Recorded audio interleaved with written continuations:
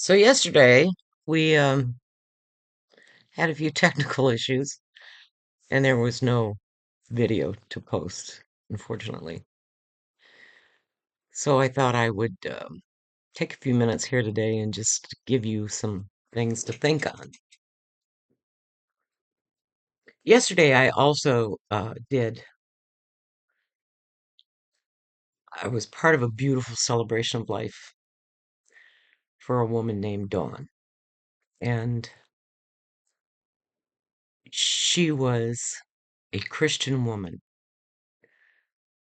She uh, she was a joy. She was a great addition to God's creation. She had a great impact on a lot of lives. And it was absolutely my joy and my honor to be able to celebrate her yesterday. Other end of the spectrum. Today and tomorrow, I am preparing to officiate at the celebration of life for someone who family has been very clear with me that they do not wish to have religion as a part of the service. No prayers, no Bible verses, no God. You do these frequently because really the only time they call on someone is when they don't have a pastor, right? If you have a pastor, you don't need to hire somebody to do this. The question always comes into my mind, why? Why do you want a pastor if you don't want that pastor to pastor? I don't get it. So today, as I was speaking to the widow, um, she was telling me that their sons might want to get up and talk about their dad. It was a very unexpected death. Uh, I finally did the hard thing and asked, "Do you need me?"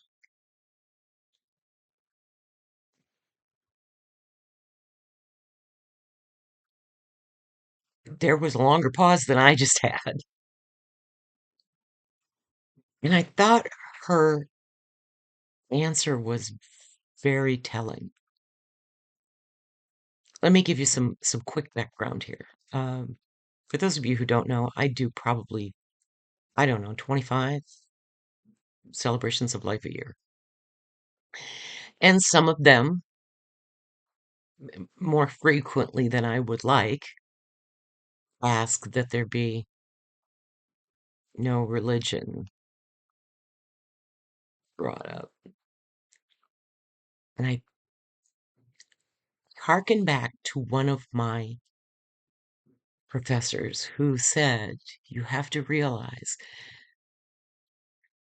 that sometimes funerals are the only time that some people will hear the gospel. And this might be your one shot to plant a seed.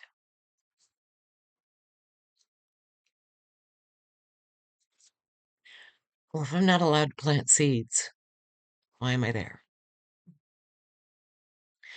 I always ask the families to send me memories so that I can get to know the person and I have things to work with. And when I asked this particular woman today, do you need me?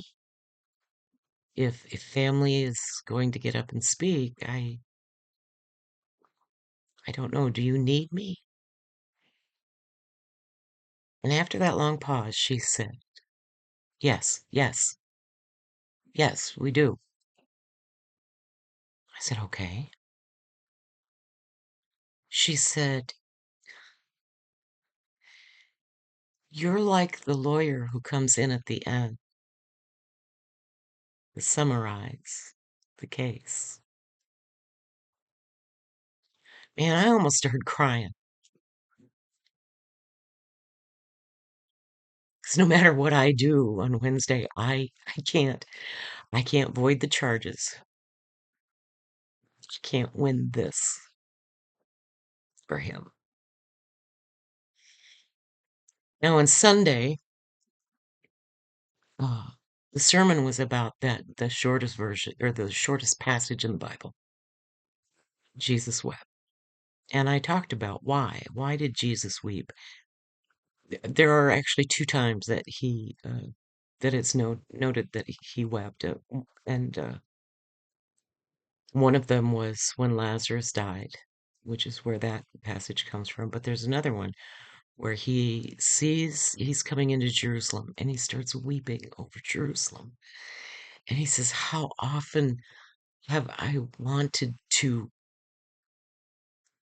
hide you under my wings, as a mother bird does to her chicks, and protect you,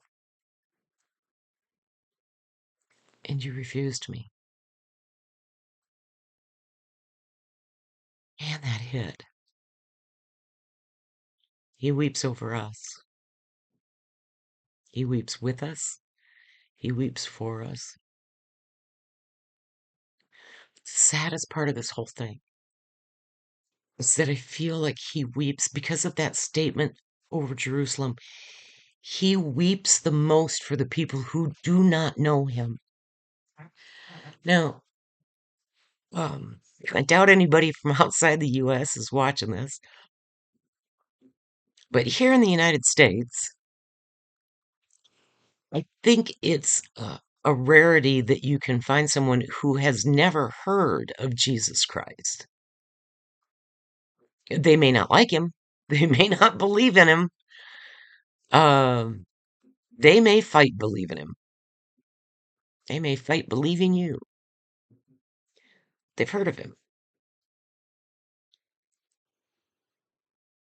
They don't know him. We have been given a ministry to help others know him, to bring others to his feet, the foot of the cross, and say, "Here he is. You know what he wants from you? Your heart. He wants to save you. Oh man, he wants to save you. He wants to save you from this world. He wants to save you from yourself. And he loves you in a way that you cannot understand until you know him." So when I do these celebrations of life for people who do not want any mention of Christianity, of religion, they don't want prayers, they don't want passages, I have to wonder, did this person have anyone around them who knew Christ? Anyone? And if he did they not speak up? That convicts my soul.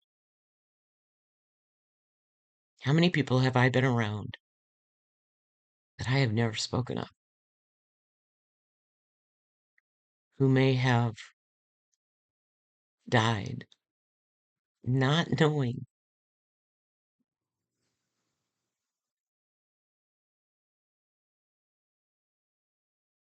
not knowing that there was someone out there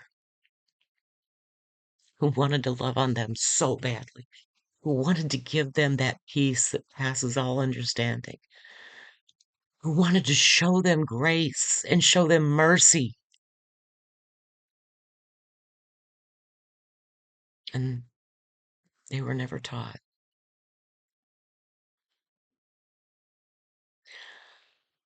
A lot of pastors right now are suffering because our numbers are not where they should be. And it's not butts in the pews. That's not what I'm talking about. What I'm talking about mostly are kids. A few years back, Sunday school was a big deal. You got your kids to Sunday school. That was not a question. But in today's world, we have allowed everything and anything to take the place of Sunday school. And then we wonder why our kids don't know about Jesus. Each and every one of you has been given a ministry. You have been given a charge to tell others. Go forth. Are we doing it? Just showing up on Sunday does not do it. I'm sorry. Just being in the pews does not do it. If you are not letting other people know why, if you are not telling other people about him. You know, a few months ago we started this thing with the pocket Jesus, the little Jesuses, and it is fun handing those out. But I've asked some people what they do with them. Now I have found out that a few of them collect them like Pokemon cards. They want to make sure they've got all the colors, but others give them away to others. I was very happy to hear that our local high school, several of the high school students have them kind of attached to the dashboard of their car. I have informed them Jesus will not take the wheel. They still have to pay attention. But what I got mostly was I like having him in front of me at all times to remind me.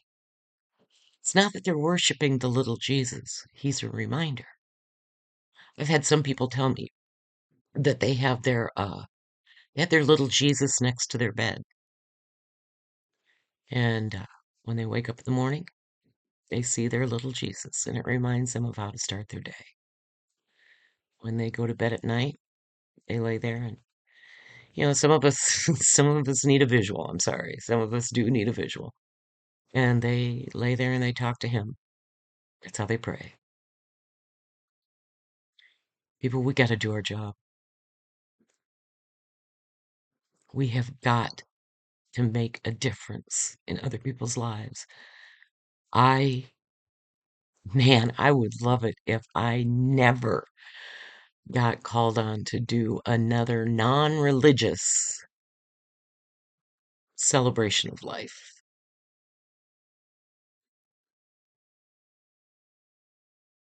Jesus doesn't expect that much from us. One of the things I always say, and whether it's almost always, whether it's a non-religious or a religious celebration of life, at the end I always say, I hope someday you're talking to somebody that didn't know so and so, and you hear yourself say, "Oh man, there was this person. I wish you could have known them.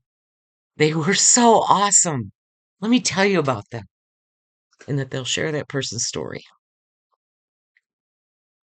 Do that with Jesus. More people need to know him. You want to improve this world? Do that. With that, I'm going to end. Uh, quick prayer. Lord, you have given us everything we need to be able to tell your story. We've got your word. But what we need is your strength and your passion. We need to be able to have other people see you when they look at us so that our very lives are a testimony. Lord, be with us as you always are. Strengthen us, bring us joy, and let us be you to those around us. In Jesus' holy name, and all God's people said, Amen. Love you all. Later.